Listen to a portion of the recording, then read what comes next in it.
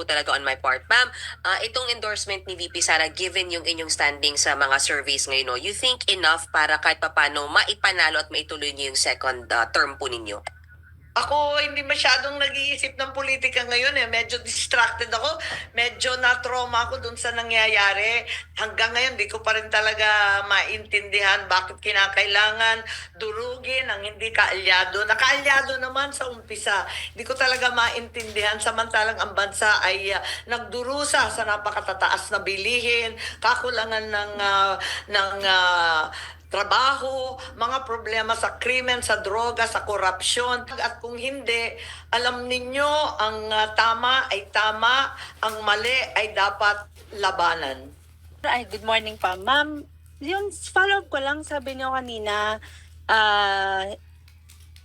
hindi na tama yung landas. Ibig sabihin, yung banat kasi yan doon sa Marcos administration yung poll ads niyo.